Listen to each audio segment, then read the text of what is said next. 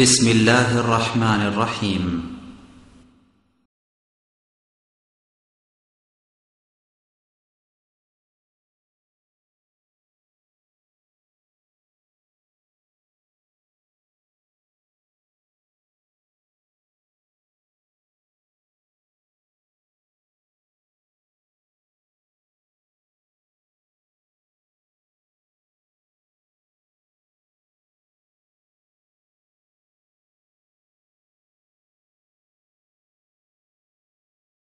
আসসালামু আলাইকুম। আলহামদুলিল্লাহ ওয়াহদা ওয়াসসালাতু ওয়াসসালামু আলা মান লা নাবিয়্যা বা'দা।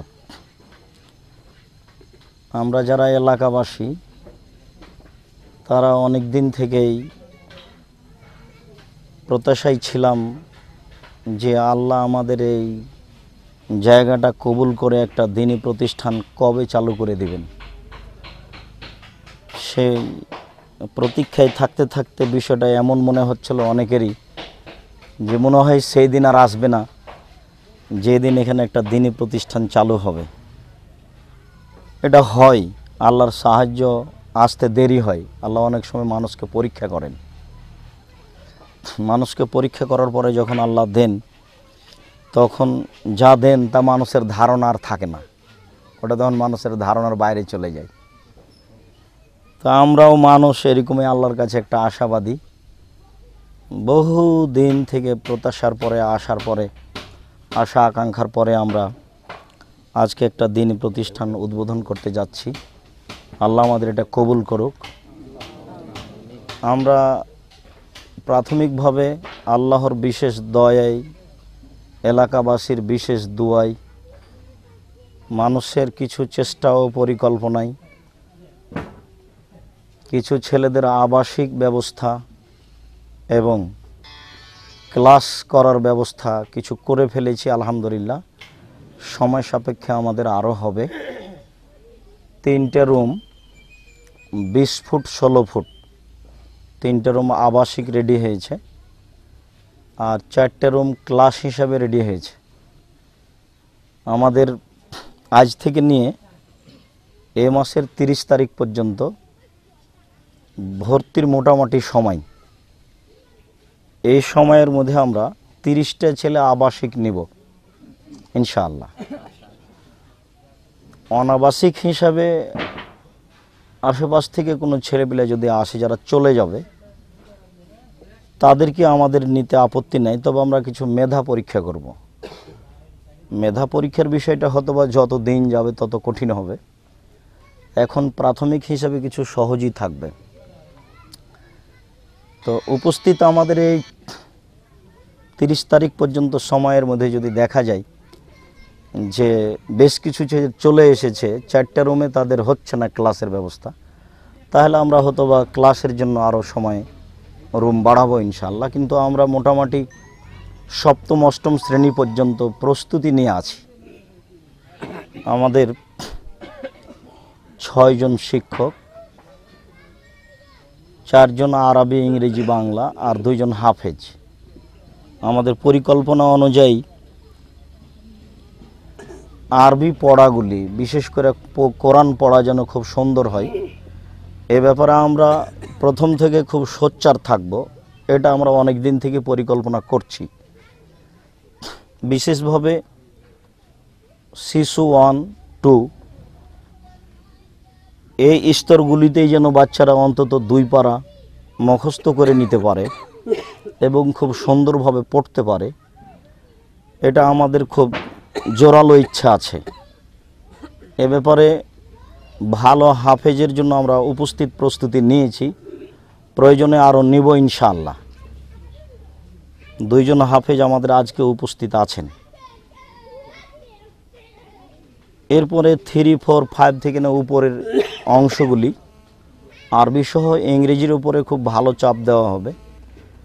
এ ব্যাপারে আমরা রাজশাহী বিশ্ববিদ্যালয় থেকে মাস্টার্স ইংরেজি বিষয়ে শিক্ষাপ্রাপ্ত ছেলে আমরা নির্ধারণ করেছি, খুব মেধাবী ছেলে।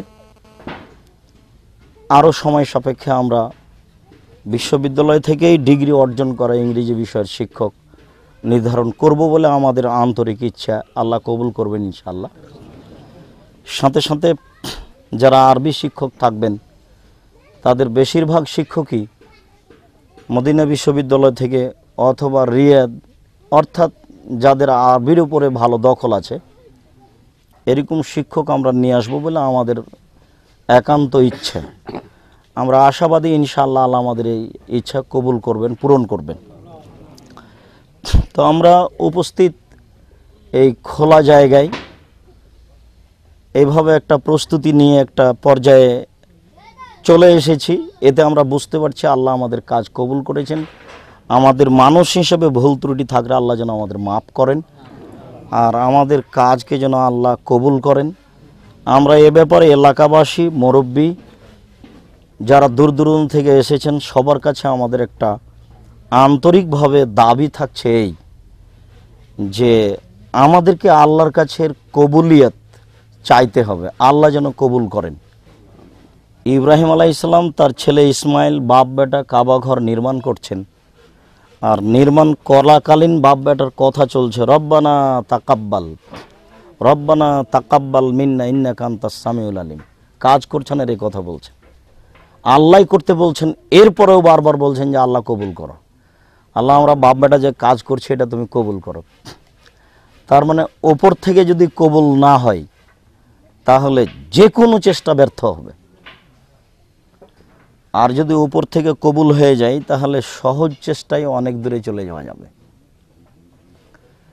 এই জন্য সবার একটা জরুরি কাম্য হবে যে আল্লাহর কাছের কবুলিয়ত চাওয়া। আমি রমাজানে আপনাদেরকে বলে গেছি, আবারও বলছি, এখান থেকে বাড়িতে গিয়ে আহাল পরিবার সবাকেই বলতে হবে যে আমাদের সবাকে আব্দুর রাজ্জাক সাহেব বলেছেন সবাই যেন আল্লাহকে বলে যে আল্লাহ তুমি আমাদের কাজটা কবুল করো। আমরা দিন রাত বলতে অভ্যাসী হয়ে যাব। আল্লাহ যেন আমাদের কোনো ভুল ত্রুটি দেখে অসন্তুষ্ট না হন। আল্লাহর অসন্তুষ্টি চেপে আসলে কোনো পথ নেই, কোটি টাকা দিয়ে মানুষজন দিয়ে আগানো যাবে না। যেন এটা আমাদের জরুরি, সবাকে কথা বলা জরুরি। আমাদের নবী মোহাম্মদ সাল্লাল্লাহু আলাইহি সাল্লাম খুব ভালোভাবেই জানতেন যে বিচারের মাঠে যে মাকামে মোহাম্মদ প্রশংসনীয় স্থান বা জান্নাতে যে প্রশংসনীয় স্থান এটা উনি পাবেন। এরপরেও সারা দুনিয়ার মানুষকে লাগিয়ে দিয়েছেন কিয়ামত পর্যন্ত সবাই বলুক যে আল্লাহ তুমি মোহাম্মদ সাল্লাল্লাহু আলাইহি সাল্লামকে যে জায়গাটা দিতে চেয়েছো সেটা দাও, যে মান মর্যাদাটা দিতে চেয়েছো সেটা তুমি দাও।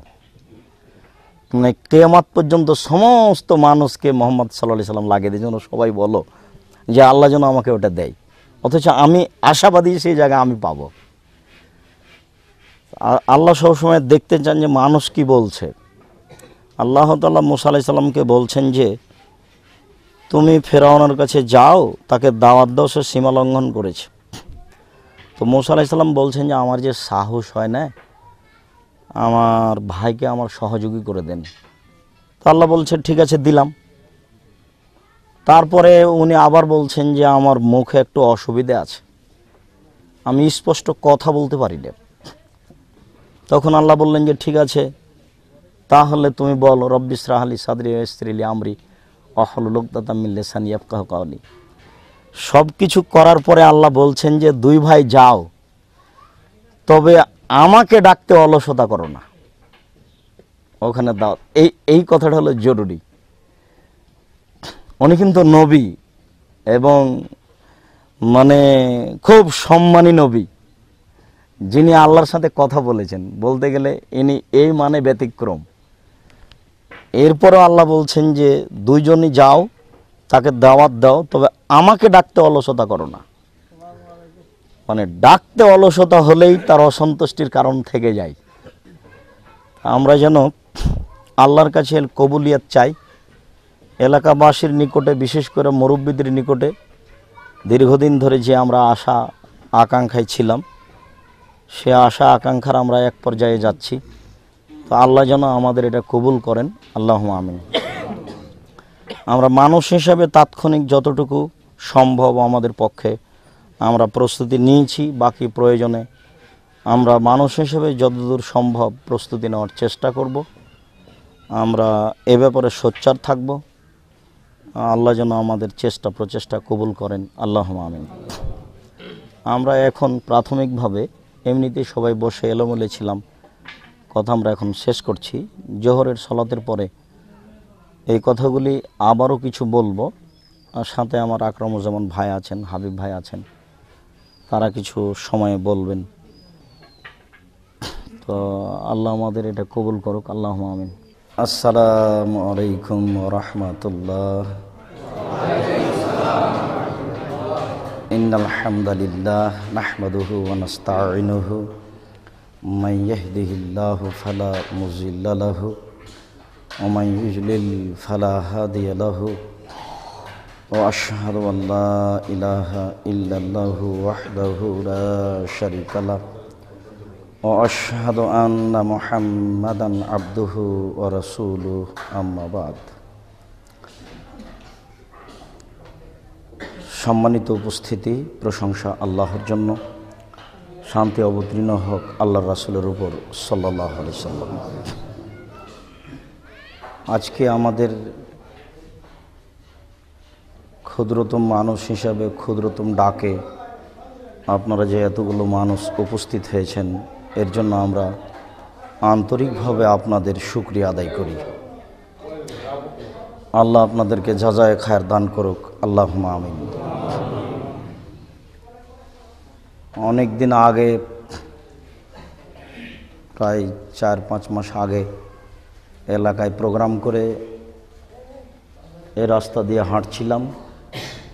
জনাব ডাক্তার আব্দুসমান সাহেব এই জায়গাগুলি দেখালেন। আমি বললাম আল্লাহর কাছে দোয়া করেন, আল্লাহ যদি কবুল করেন তাহলে বিষয়টি চিন্তা ভাবনা করা যায়। সেদিন থেকে আমি ইস্তেখারার নামাজ, ইস্তেখারার সলাত আদায় করতে লাগলাম যে আল্লাহ এই বিষয়টি কি করা যায়। সলাত আদায় করতে করতে এখানে একটা প্রতিষ্ঠান গড়ে উঠুক, এ ব্যাপারে আমার অন্তরে বেশি জাগে, অন্তরে দোলা দিয়ে উঠে যে কাজটা করা হোক। আহাল পরিবারের সাথে বুঝে দেখলাম সবাই এতে সম্মত জানালো।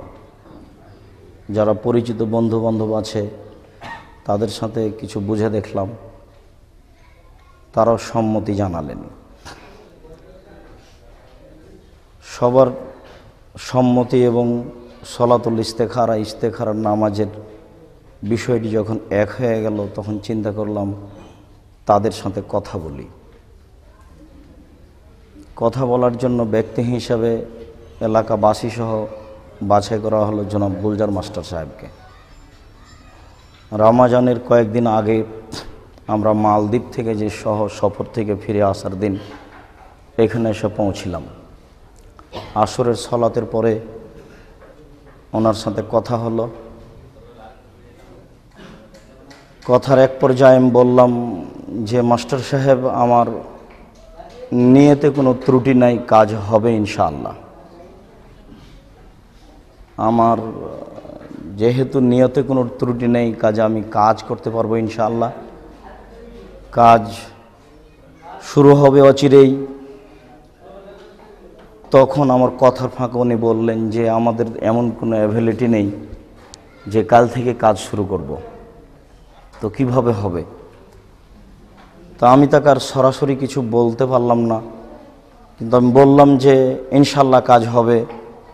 মাদ্রাসা এরকম করতে কোটি টাকা লাগে না, এমনিতেই হয়। আমার আগে থেকে একটা ছোট বাক্য মনে আছে, ফার্সি বাক্য, কাতরা কাতরা দাঁড়িয়ে সব, বিন্দু বিন্দু ফোটায় সাগর তৈরি হয়। এই পরিকল্পনায় আমি এক পর্যায়ে পৌঁছে গেলাম, কাজ করতেই হবে ইনশাআল্লাহ। আমি বাসায় গিয়ে মোবাইলে মোশাররফ এবং ওসমান ভাই তাদের দুইজনের সাথে কথা বললাম। কথা বলে আমি বললাম মাস্টার সাহেব একটু আপনারা বলেন, উনি এদিকের কাজটা করবেন, আর আমি আল্লাহর কাছে চাচ্ছি ওই দিকের কাজটা করা, যে রমাজানের পরে ক্লাস আরম্ভ হবে। তো আমি সম্মতি পেয়ে কাজ আরম্ভ করা হলো। আলহামদুলিল্লাহ ওইভাবেই কাজ হয়ে আসছে। পরিকল্পনা অনুযায়ী অনেক দিন থেকে একটা স্বাদ ছিল জাকির নায়েকের উপরে পৃথিবীর বিভিন্ন দেশের অনেক মানুষই দুর্বল, তার প্রতিষ্ঠানের উপরে দুর্বল। অনেক সম্পদশালী বিত্তশালী ব্যক্তি ভাবে আমার বাচ্চাটাকে ওখানে পড়িয়ে উপযুক্ত মানুষ করতে চাই। আমি একটা জিনিস সবসময় ভাবি, জাকির নায়েকও মানুষ, আমরাও মানুষ। আমরা যদি আল্লাহর কাছে চাই তাহলে আল্লাহ তার মতো দিতে পারেন, তার চেয়ে বেশিও দিতে পারেন। তার রহমতের অভাব নেই, তার রহমতের অভাব নেই। এভাবে কাজ আরম্ভ করে রমাজানে আসলাম। রমাজানে এসে ইফতারি বৈঠকে আপনাদের সামনে কিছু বলবো। বলাতে আমি একটা কথা আপনাদেরকে বলেছিলাম যে অন্তত 100 টাকা হলেও সহযোগিতা করবেন। এলাকাবাসীকে বলেছি সপরিবারে আহাল পরিবার নিয়ে অন্তত 100 টাকা হলেও সহযোগিতা করবেন। আল্লাহ যদি এই সহযোগিতা কবুল করেন তাহলে এ দ্বারা অনেক কিছু গড়ে উঠবে। আল্লাহ রাসূল একদিন এক সকালে বললেন যে তাবুকের যুদ্ধে যেতে হবে, বহু পথ, সংকট অবস্থা, অর্থ সম্পদ কিছু নেই, কিভাবে যাওয়া যায়, কে কি সহযোগিতা করতে পারো? ওমর রাদিয়াল্লাহু তাআলা আনহু বললেন, আমার অর্থ সম্পদের অর্ধেক দিলাম। তখন আবু বকর সিদ্দিক রাদিয়াল্লাহু তাআলা আনহু বললেন, আপনাকে আর আল্লাহকে আমার বাড়িতে রেখে যা আছে সবই দিলাম। দুইজন মিলে যা দিলেন হয়তোবা তেমন কিছু হবে না। তো উসমান রাদিয়াল্লাহু তাআলা আনহু বললেন, আল্লাহ রাসূল, যত মানুষ যাবে সমস্ত মানুষের অর্ধেক, এক বর্ণনায় 3 ভাগের 1 ভাগ, 3 ভাগের 1 ভাগ অথবা অর্ধেকের যাতায়াত খরচ, খাওয়া খরচ আমি দিব। তা আলহামদুলিল্লাহ এইভাবে সংকটময় অবস্থাতেও কাজ হয়ে গেল। এই পরিকল্পনা নিয়ে কাজে হাত দিয়ে ভাবতে ভাবতে এখন পর্যন্ত যা ভেবেছি তাতে আলহামদুলিল্লাহ আল্লাহর অশেষ রহমত, আল্লাহর অশেষ দয়া। আপনারা আল্লাহর কাছে দোয়া করেছেন, প্রার্থনা করেছেন। আমিও আল্লাহকে বহুবার বলেছি, আমার সাথী ভাইদের বলতে বলেছি, আপনাদেরকে এখনও বলতে বলছি, এখনও আপনাদেরকে জানাচ্ছি, আল্লাহ আমাদের নিয়তের ত্রুটি নেই, তুমি এই কাজ আমাদের কবুল করো। সলাতুল ইস্তেখারাতে তোমার রাসূল একটি বাক্য বলেছেন, যে কাজটা চাচ্ছি সেই কাজের ব্যাপারে ফাকদের হলি, আল্লাহ তুমি এই কাজে আমাকে শক্তিশালী করো। এটা প্রথম কাজ। এরপরে অয়েসের হলি, এই কাজটা তুমি আমার সহজ করে দাও। শক্তি আছে কিন্তু যদি সহজ না হয় তাহলে হবে না। এর পরের বাক্যে তিনি বললেন, বারিক লি ফিহে, এই কাজে তুমি বরকত দাও। কাজ হয়েছে, সহজও হয়েছে কিন্তু বরকত নেই। যদি বরকত না থাকে তখন কাজ আগাবে না। এই জন্য সবসময় আমি আপনাদের বলতে থাকি যে আগে ওখানে সন্তুষ্টি পেতে হবে, তাহলে এখানে কাজ হবে।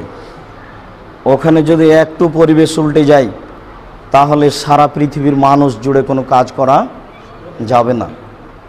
এ ব্যাপারে আমি এলাকাবাসী হিসাবে আপনাদেরকে আবারও অনুরোধ করছি, কোনো সময় পিছপা হবেন না। বারবার বলবেন, আল্লাহ তুমি আমাদের এই কাজ কবুল করো। আমার সম্মানিত ভাই হাবিবুর রহমান সাহেব যা বলেছেন, আমি তাকে যা বলেছি, আমি আমার সলাতুল ইস্তেখারার ভিত্তিতেই বলেছি। আমি আমার পূর্বের কথা এখনও বলছি। আমার কথা ওটাই, তিনি আমার দিনী ভাই, তিনি আমার কাজে কর্মে সহযোগিতা করবেন, তিনি আমাকে পরামর্শ দিবেন। এদেশে যত মানুষ আছে, শিক্ষিত অশিক্ষিত, সবার আমি দোয়া কামনা করি, সবার আমি আন্তরিক পরামর্শ কামনা করি। যার যতটুকু সহযোগিতা সম্ভব হবে সেটুকু আমি কামনা করি। আমি খুব বিশ্বাসী, যদি রিক্সাওয়ালাকে 10টা টাকা না দিই তাহলে আমার ওই কাঠটাট ওখান থেকে ওখানে পৌঁছাবে না, তাহলে আমার 10 টাকারও প্রয়োজন। আপনার 10 টাকা কোটি টাকা। ওই সময়তে একটা কথা বলেছিলাম, ওটা আবারও বলছি। পতিতালয়ের মহিলা যদি একটা কুকুরকে পানি পান করে জান্নাত যেতে পারে, আপনার এই 10 টাকার বিনিময়ে আপনার জান্নাত হতে পারে।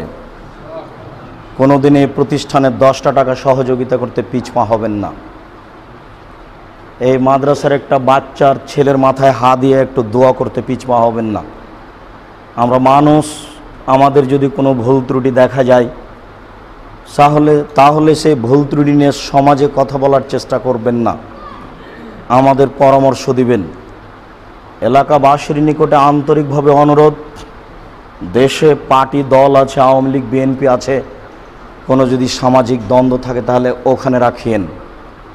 সলাৎ মসজিদে আসার সময়তে যেমন সবাই আসি, ঠিক মাদ্রাসায় আসার সময়তে সবাই এভাবে আসবেন, এটা আমার জোরালো অনুরোধ। মাদ্রাসায় পা দেওয়ার সাথে সাথে ব্যক্তিগত এলাকার নিয়ম নীতি ভুলে যাবেন। এলাকার কোনো কথা, সামাজিক দ্বন্দ্ব এখানে নিয়ে আসা যাবে না। একটা কাজ গড়ে তোলা খুব কঠিন, তবে ভেঙে দেওয়া সহজ।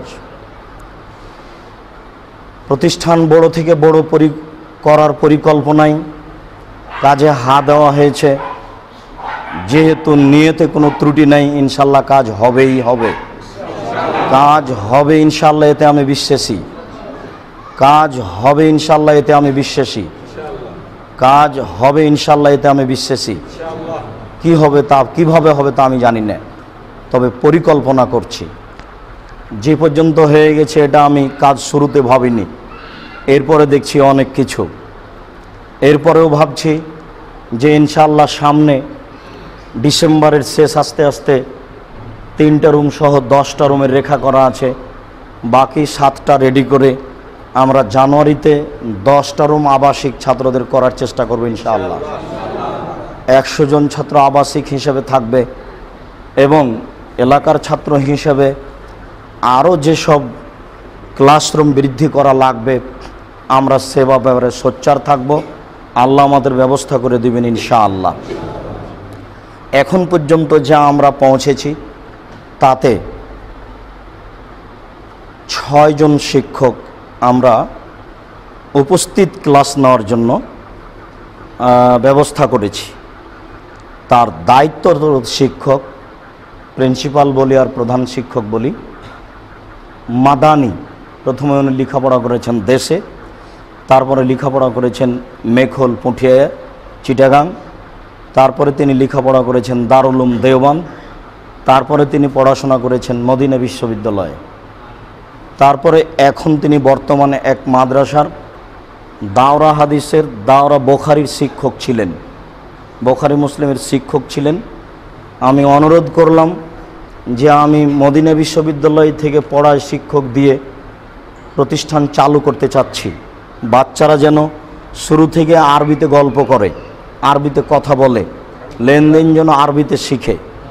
তো উনি আমার অনুরোধ রক্ষা করেছেন, আমি তার জন্য তার শুকরিয়া আদায় করি, জাযাকাল্লাহ খায়ের। তিনি আপনার এলাকাতে আসতে খুব কষ্ট পাচ্ছেন, এরপরেও আহাল পরিবারকে ত্যাগ করে আমার এই কথায় সাড়া দিয়ে উনি চলে আসবেন এটা আমি ভাবতেই পারিনি। এরপরেও সহজে গ্রহণ করেছেন। আমি এতেকাফে ছিলাম, তখন তিনি আমার সাথে সাক্ষাৎ করেছেন। আমার সাথে সাক্ষাৎ করাতে আমি বললাম, মাওলানা সাহেব আপনার সাথে আমি কথা বলছি আল্লাহর উপরে আশা ভরসা রেখে, আপনি আমার সাথে কথার দুই করিয়েন না, আল্লাহ ব্যবস্থা করবে। ওখানে গিয়ে যদি আপনাকে খারাপ লাগে তাহলে আপনি দুর্বল হবেন না, পরিস্থিতি উলটপালট হতে পারে, ওপরে যা ফয়সালা আছে তা হবেই, আমি এতে বিশ্বাসী। পরিস্থিতি দেখে আপনি দুর্বল হবেন না। আমি জনাব মুখলিসুর রহমান সাহেবকে আপনাদের সামনে সালাম দিতে বলছি, একটু দাঁড়িয়ে বলেন। জি, ইনি বর্তমান ছিলেন, রমাজানের আগে বসেন, এক দাওরা মাদ্রাসার প্রধান শিক্ষক। তার রিপোর্ট আমার কাছে একাধিক জনের কাছে আছে। তিনি ছেলেদেরকে শিক্ষা দেওয়ার ব্যাপারে, ছেলেদেরকে আদর করে কিছু বলার ব্যাপারে খুব সোচ্চার। এরপরে যিনি সহযোগী শিক্ষক মেসবাহুদ্দিন, রাজশাহী বিশ্ববিদ্যালয় থেকে মাস্টার্স করেছে, আমাদের দাওরা পাশ করেছে রাজশাহী নদাপাড়া থেকে। এই ছেলে বর্তমান আর একটা আমাদের ছেলে আব্দুল হাসিব, রাজশাহী বিশ্ববিদ্যালয় থেকে ইংরেজি বিষয়ে মাস্টার ডিগ্রি পাশ করছে। তারা এখন পরীক্ষায় আছে। সামনে মাসের 24 তারিখে পরীক্ষা শেষ হবে। 26 থেকে 28 তারিখের মধ্যে এই মাদ্রাসায় উপস্থিত হবে। ছেলেরা আমার সাথে অদাবদ্ধ। আমি আল্লাহকে বলছি, আপনারা সবাই বলবেন আল্লাহ যেন এটা কবুল করেন।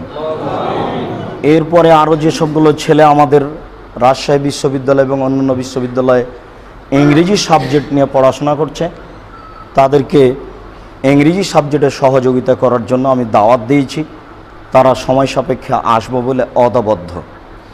এই ছেলেগুলি ছাত্র হিসেবে খুব সতেজ ব্রেনের। তারা দাখিল আলিম পাস করেছিল গোল্ডেন নিয়ে। তারা রাজশাহী বিশ্ববিদ্যালয়ে ইংরেজি ভর্তি পরীক্ষায় 1, 2, 3, 5, 7 এরকম ছেলে। অন্যান্য স্কুলের ছেলে থেকে তারা অনেক উপরে। এরপরে সহযোগী আর একজন শিক্ষক, আমি মনে করছি এখানে পৌঁছে গেছেন, আমার যোগাযোগের অভাবে হয়তোবা এখনও রাস্তায় আছেন, এসে পৌঁছবেন। উনি চিটাগাং মেখল মাদ্রাসা থেকে পড়াশোনা করেছেন। আমার ধারণায় তার হাদিস কোরআনের পাণ্ডিত্য আছে। এরপরে আমি তাদেরকে বলেছি, এই মাদ্রাসার যারা শিক্ষক হবেন, যারা এই দেশে পড়াশোনা করেছেন, তাদেরকে আবার জনাব মোখলেসুর রহমান সাহেবের কাছে আরবি বলার ব্যাপারে, লেখার ব্যাপারে ছাত্র হিসাবে কাজ করতে হবে। এতে যেন কারো আপত্তি না থাকে। সব শিক্ষককেই আরবি বলতে লিখতে শিখতে হবে, অন্তত আরবি। আর যারা ইংরেজি শিক্ষক, এই বিষয়টা আমি সব শিক্ষকের উপরে চাপাতে চাচ্ছি না, কারণ এটা কঠিন। আমার আগে থেকে একটা দুর্বল পয়েন্ট ছিল, সেটা হলো এই যে আমরা আহলে হাদিস হিসাবে কোরআনে খুব দুর্বল। কোরআন সুন্দর করে পড়তে, সুন্দর করে উচ্চারণ করতে আমাদের যথেষ্ট অভাব থেকে গেছে। তা আমি এই অভাব দূর করার কারণে মাথায় আমার সবসময় কাজ করে। এই জন্য সূচনাতে 2 জন হাফেজ, তার একজন হাফেজ আপনাদের আগে থেকে আছে, আর একজন হাফেজ আব্দুর রাকিব, খুব ভালো হাফেজ এখানে আছে। আমি তার প্রশংসা করছি না, বিভিন্ন কেরাত তার দখল আছে। আমি হাফেজ আব্দুর রাকিবকে বলছি, তুমি একটু দাঁড়াও, সালাম দাও, বসো। উপস্থিত কোনো সাবজেক্টের ঘাটতি থাকলে তাদের সহযোগিতা করার জন্য, দায়িত্বরত শিক্ষকের সহযোগিতা করার জন্য এবং বয়স্ক মানুষ হিসেবে তাৎক্ষণিক পরামর্শ দেওয়ার জন্য এই এলাকার রিটায়ার্ড মাস্টার, সবারই সম্মানিত ব্যক্তি। মাস্টার সাহেব কোথায়? বড় ভাইজান একটু দাঁড়ান, আপনি বাইরের লোক আছে তো? জি, ইনি আপনাদের এই প্রতিষ্ঠানের সহযোগী শিক্ষক হিসেবে উপস্থিত থাকবেন। সূচনাতেই কেউ কিছু বলবে, কেউ কিছু করবে। বুদ্ধিমান মানুষ, এলাকার হুঁশিয়ার মানুষ, অনেক বয়স পার হয়েছেন, ধাক্কা খেয়েছেন অনেক, এবং শিক্ষা প্রতিষ্ঠানে শিক্ষা দিয়ে এসেছেন। রিটায়ার্ড মানুষ যেন এদেরকে সাহস দিতে পারেন। বাইরে থেকে এসেছেন, থাকতে কেমন লাগবে, এই জন্য আমি তাকে অনুরোধ করেছি যে আপনি কিছুদিন তাদের সহযোগিতা করেন। তিনি সম্মতি জানিয়েছেন, আমরা তার শুকরিয়া আদায় করি। আজ থেকে একজন বোর্ডিং পরিচালনার জন্য, আপনার রান্নাবান্নার জন্য একজন বাবুর্চি থাকবে। 1 মাস আগে থেকে যিনি গার্ড আছেন, তিনি সর্বদা গার্ড থাকবেন বাচ্চাদের দেখাশোনা করার জন্য। উপস্থিত 4 জন শিক্ষক থাকবেন এখানে আজ থেকেই। একজন গার্ড, একজন রান্নাকারী লোক আজ থেকে এখানে তারা বসবাস করবে। এ ব্যাপারে আপনারা তাদের পূর্ণ সহযোগিতা করিয়েন। তারা যেন আপনাদের কাছে কিছু বলে, বাজার কোন রাস্তা দিয়ে যাব এই কথাটা একটু বাজারটা দেখিয়ে দিতে, কোনো কাজে পরামর্শ করতে, একটু ম্যাচের ঘরে আগুন চাইতে গিয়ে তাদের কাছে যেন কোনো সময় ভারী না হয়, আপনাদের কাছে যেন এটা কোনো সময় ভারী না হয়। আপনাদেরকে তাদের জন্য আমি আনসারি মনে করছি। আনসারি মানে যা প্রয়োজন আছে নেন। তো আন্তরিকভাবে আমি আপনাদের এটা কামনা করি। এটা উপস্থিত পরিকল্পনা যেভাবে ভেবেছি সেইভাবে ডিসেম্বর পর্যন্ত চলবে। ভাবাতে পরিচিতিতে বলা হয়েছে, রান্নাবান্নাতে সকালে থাকবে খিচুড়ি, চাউল ডাল একসাথে রান্না করা হবে, দুপুরে ভাত, রাতে ভাত, সপ্তাহে 3 দিন থাকবে মাছ, 1 দিন থাকবে ডিম, আর 1 দিন থাকবে গোস্ত। সাধারণত গরুর গোস্তই হিসাব করা হয়। এর বাকি সময়গুলি থাকবে সবজি এবং ডাল। এরপরে এলাকাবাসীর আমরা পরামর্শ কামনা করব, সুবিধা অসুবিধা ভাবব। আজ থেকে নিয়ে ডিসেম্বর পর্যন্ত আমরা বোর্ডিংয়ের অবস্থা, আবাসিক অবস্থা পরিচর্যা করব এবং পরিচালনা করতে গিয়ে দেখব কী সমস্যা অনুযায়ী আমরা ডিসেম্বরে 15 চূড়ান্ত সিদ্ধান্ত নিব ইনশাআল্লাহ। আমরা ভর্তির ব্যাপারে জানিয়েছি, ভর্তি ফি 3000 টাকা, বোর্ডিং বাবদ 2000 টাকা, আর মাসিক বেতন হবে 200 টাকা। মাসিক বেতনের ব্যাপারে ছাত্র গার্জেনের সুবিধা অসুবিধা ভাবতে পারি। ভর্তির ব্যাপারে কিছু সামান্য ভাবা যায়, কিন্তু বোর্ডিং খরচ যেটা দিতে হবে এ ব্যাপারে ভাবলে সমস্যার মুখোমুখি হতে হবে। কাজেই বোর্ডিংয়ের পাশে যেটা খরচ হয় সে ব্যাপারে আমাদেরকে সোচ্চার থাকতে হবে। এই বলে আমি আমার কথার শেষের দিকে এসে আবার বলছি যে জাতির, দেশবাসীর, এলাকাবাসীর ছেলেদেরকে, আমাদের ছেলেদেরকে উন্নত থেকে উন্নত মানের শিক্ষা দেওয়ার ব্যাপারে আমাদের প্রাণপণে চেষ্টা থাকবে ইনশাআল্লাহ। সম্মানিত ব্যক্তিদের পরামর্শ আমরা কবুল করব। আজকে যেমন সম্মানী ব্যক্তি 2 জন এসেছেন, এরকম আরও 100 দিন আসবেন। আমরা তাদের পরামর্শ সাদরে গ্রহণ করব ইনশাআল্লাহ। সাথে সাথে প্রতিষ্ঠানকে উন্নত করার জন্য যে কোনো মানুষের পরামর্শ গ্রহণীয় হলে আমরা তা সাদরে গ্রহণ করব। কথার শেষে এসে বলছি, আল্লাহ তুমি আমাদের পরিকল্পনা কবুল করো, আল্লাহুম্মা আমিন। তোমার কাছে আবারও বলছি, তুমি আমাদের পরিকল্পনা কবুল করো। আল্লাহ তোমাকে সন্তুষ্ট করার জন্য এই প্রতিষ্ঠান গড়তে যাচ্ছি, তুমি কবুল করো। এই প্রতিষ্ঠানের মাধ্যমে ছেলেদেরকে উন্নত মানের শিক্ষা দিয়ে ইসলামকে জাতির সামনে পেশ করতে চাই, ইসলামকে টিকিয়ে রাখতে চাই। এই পরিকল্পনা তুমি কবুল করো। আল্লাহ, আমরা মানুষ হিসেবে যদি আমাদের কোনো ভুল ত্রুটি থাকে তাহলে তুমি সেটা ক্ষমা করো। তোমার উপরে আমার অগাধ বিশ্বাস আছে, আমাদের তুমি এক, লা শারিক, এতে আমাদের কোনো সন্দেহ নেই। তোমার নবী মোহাম্মদ সাল্লাল্লাহু আলাইহি সাল্লামকে আমরা নবী বলে মানি, এতে আমাদের কোনো সন্দেহ নেই। এই 2টি ব্যাপারে আমরা একেবারেই চূড়ান্ত নিশ্চিত।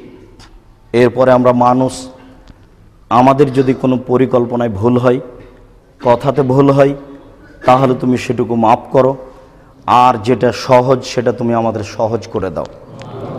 আল্লাহ তুমি আমাদের উদ্দেশ্য কবুল করো। আল্লাহ তুমি আমাদের উদ্দেশ্য কবুল করো। আল্লাহ তুমি আমাদের উদ্দেশ্য কবুল করো, আল্লাহুম্মা আমিন। এই বলেই আজকের সংক্ষিপ্ত কথা এখান থেকে শেষ করছি। আল্লাহ তুমি আমাদের উদ্দেশ্য কবুল করো, আল্লাহুম্মা আমিন। সুবহানাকা আল্লাহুম্মা ওয়া বিহামদিকা, আশহাদু আল্লা ইলাহা ইল্লা আনতা, আস্তাগফিরুকা ওয়া আতুবু ইলাইক। আসসালামু আলাইকুম ওয়া রাহমাতুল্লাহ। একটি কথা আমি বলতে চাই, সেটা হলো উনি বলছেন এখানে 2000 টাকা ভর্তি ফি, 3000 টাকা, 2000 টাকা বোর্ডিং খরচ, আর 200 টাকা মাসিক ফি। এখানে আমি তাকে এলাকাবাসীর পক্ষ থেকে অনুরোধ করবো, বাইরে থেকে যারা আসবেন তাদের ক্ষেত্রে এটা যদি গ্রহণযোগ্য হয়, গার্জিয়ানরা সেখানে সক্ষমতা রাখে, আলহামদুলিল্লাহ।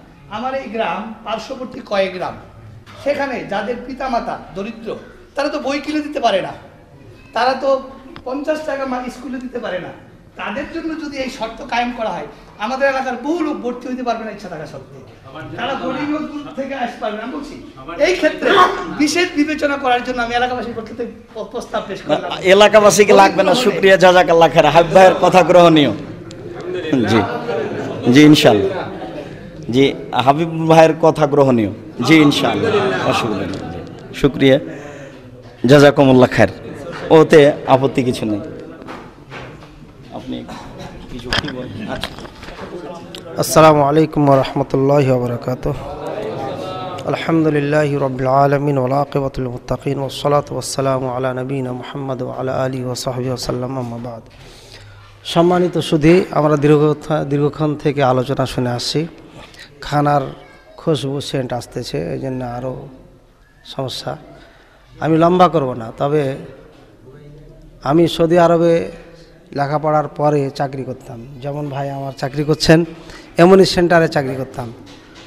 কেন বা কী জন্য মন জেনে ওখানে আমার অস্থির থাকতো সব সময়, এবং ভাবতাম যে আমি যে শিক্ষা অর্জন করেছি এখানে আদায় হচ্ছে না।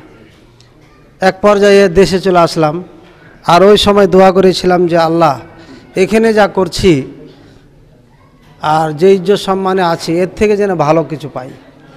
যেমন উম্মে সালমা রাদিয়াল্লাহু তাআলা আনহা তার স্বামী মারা যাওয়ার সময় এ দোয়া করেছিলেন নবী করিম সাল্লাল্লাহু আলাইহি ওয়াসাল্লামের আদেশে।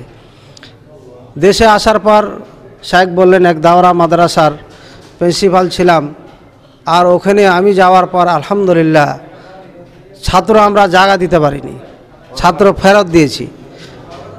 আর এখনও আমার প্রাণটা কাঁদছে সে মাদ্রাসার অবস্থা দেখে, এখনও ছাত্র খুঁজে পাচ্ছেন না। তো যা হোক, আমি দেশে আসার পরে স্বপ্ন দেখতাম যে এক ইউনিভার্সিটিতে যাচ্ছি ফ্যামিলি সহকারে।